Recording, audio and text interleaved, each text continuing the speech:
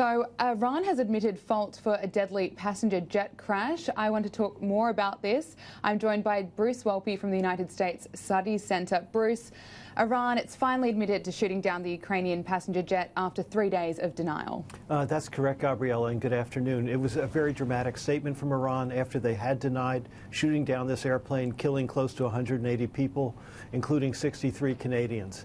And what this did was really alienate people that were somewhat sympathetic to Iran, just given the circumstances of the hostilities that erupted over the last week. Iran, the number two in Iran, Colonel Soleimani, was killed by United States forces. There was exchange of hostilities. Thankfully, no wider war. But Iran found itself with people at home rallying behind the government in the wake of the killing of their supreme commander, and also in Iraq, where the Iraqi government is moving to see if the United States should leave Iraq after all these years. So they felt that they had taken a huge hit, but were in a somewhat reasonable position, reasonable strategic position. But admitting this crime of killing these people and shooting down this airplane has alienated Iran from Europe and other major players, and so it finds itself more on the defensive and more isolated than it did just a couple of days ago. There's certainly an atmosphere of mistrust in the Iranian government, with protests erupting across the country. Do you see these escalating? I do, and these protests were erupting for some time, and that was one of the. President Trump feels that he's in a very strong position here because of what he did and how it was executed so effectively. But the strike on Soleimani and what happened inside Iran kind of put an end to those protests. Now they're back today in a very big way. And so therefore is the regime weaker at the end of this tumultuous week than it was before? And I think most people are saying, yes, the regime is now back in some trouble and has less of a grip on, on the country and where it's going and its position in the region. How do you think the U.S. will react to Iran's admission of guilt? Oh, I think they will use it for every possible purpose in message communication, diplomacy, and strategically.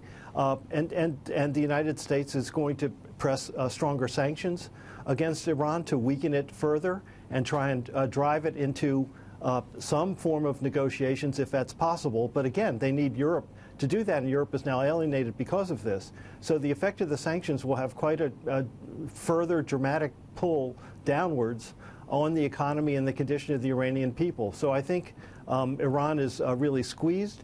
And in kind of a larger sense, we're sort of back where we were before these hostilities erupted over the last week, where Iran is lashing out because it wants relief from the sanctions. That's where their strikes come from, against Western interests, against the United States interests. But the reaction of the United States is still to keep putting it in a box. So there's no way out, and we may yet see a further eruption of hostilities in the weeks to come. Plus, just one more thing, Iran announced it's restarting its nuclear program. So that is another worry in this whole mix of in this sea of troubles throughout the Middle East. Canadian President Justin Trudeau has issued a list of demands to his Iranian counterpart. Do you think they will be met? I think if Iran wants, again, under the pressure of U.S. sanctions and the unrelenting nature of them and what is causing problems in their country, if Iran wants relief, it has to find a way to do business with the United States, even though it is very difficult to do business with this president under these conditions, given what's occurred. But what's the choice?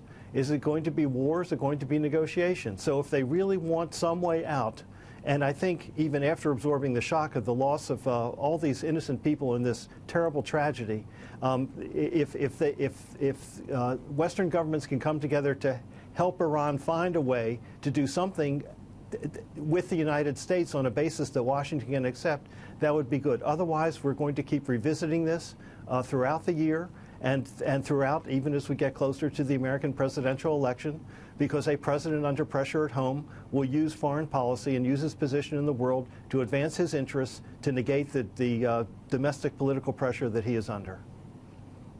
Moving on from Iran, but sticking with the United States, the third ever Senate impeachment inquiry could begin by the end of this week. Yes, get your television sets warmed up. It's coming.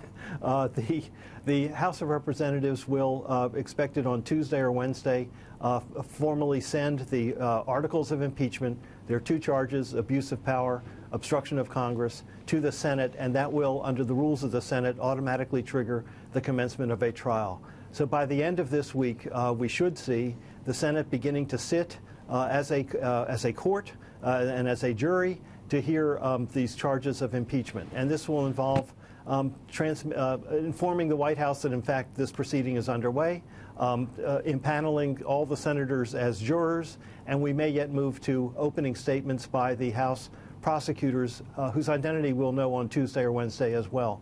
So the first formal stages of the third impeachment trial in history will get underway later this week, and then we'll have a sense of how long it could run. And down the road, there is the question of whether, in fact, the Senate will hear from witnesses that various sides want to obtain evidence from in the weeks ahead. So something highly dramatic, very unusual. Not many people are able to experience an impeachment trial will get underway in the next few days.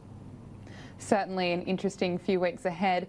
Finally, there's another Democratic debate coming up. How do you see that playing out? Well, it's well timed. It'll be Wednesday here. It'll be Wednesday Australia time in Iowa, about 2.5 weeks before the Iowa caucuses, and which is the first presidential primary this year. And the Iowa poll by the Des Moines Register came out just yesterday. And what's very interesting is that Bernie Sanders, at 78 years old, a heart attack veteran, who still has his army from 2016 intact, and he is leading the poll with Elizabeth Warren second, Pete Buttigieg third, and Joe Biden fourth. So I'd say, given the history of Iowa, where there are late developments that ultimately produce a winner, that any of the top four could win the primary. Bernie Sanders, after, this is now his second presidential campaign, a pillar of the left with an army of young people, and who has raised the most money of the Democratic contenders, absolutely viable going into the Iowa primary. So we will see all these candidates on the stage on Wednesday, and we'll see who is up and projecting that, and who's on the defensive, and who looks like they might be fading. Has Pete Buttigieg's moment come, and has he peaked? Is Elizabeth Warren still viable, and how resilient is Joe Biden? It's all happening in the US. It's all Bruce happening, Wolpe, Gabriella. thank you so much. Okay, thank you. Thank you so much for coming in. Thank you.